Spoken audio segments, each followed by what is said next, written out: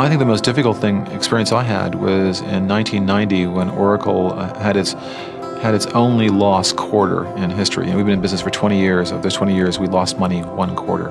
And we had a very difficult time because we had doubled our sales virtually every year for 10 years. 9 out of 10 years, 10 out of 11 years. So it was really quite an amazing run. We're the fastest growing company in history. Still are the fastest growing company in history over a long period of time. And suddenly we'd hit a wall. We would reach $1 billion in revenue, and we were having serious management problems all over the place. And the people who were running the company, the billion-dollar company, were the same people that run the company when we were a $50 million company, when 20th the size.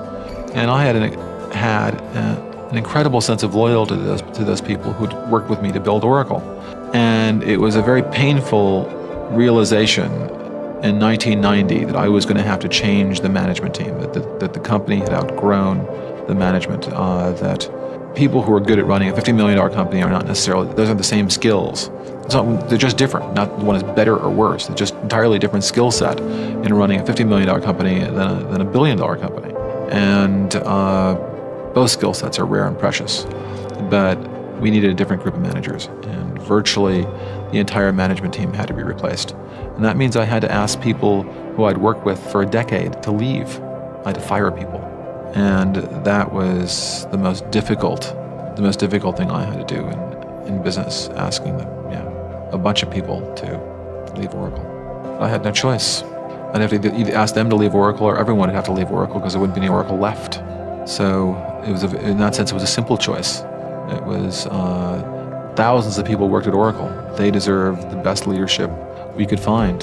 And my primary responsibility was to the company and all of the staff, all of our shareholders and all of our customers. And therefore I had to choose. And if I couldn't make that decision, then I had to go. I think my favorite line is, I had all the disadvantages necessary for success. When you're raised on the south side of Chicago, you probably want to move someplace nicer.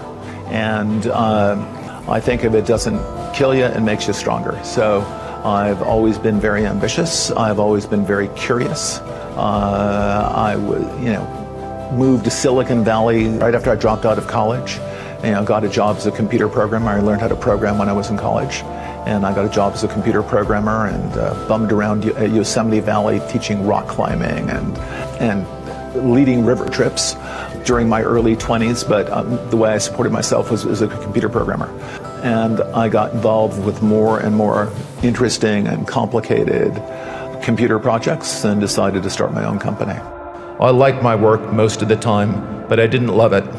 I searched and I searched, but I just could not find a software engineering job that I loved as much as I loved sailing.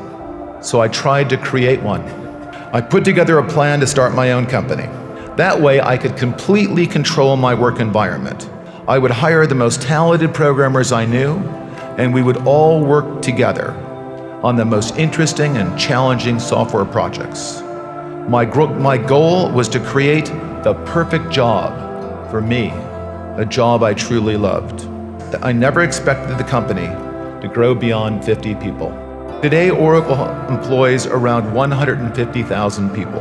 But when I started, it was not my intention to build a big company. What happened? Well, at first, we did exactly what we set out to do.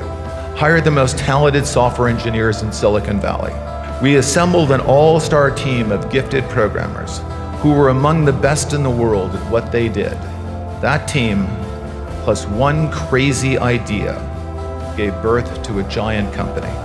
I call it a crazy idea because at the time, everyone told me it was a crazy idea.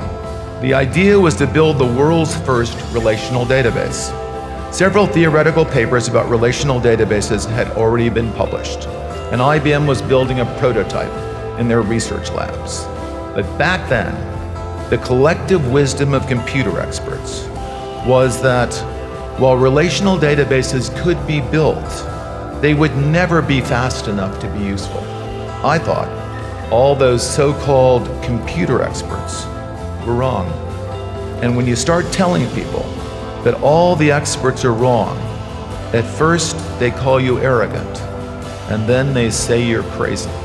When people start telling you that you're crazy, you just might be onto the most important innovation in your life.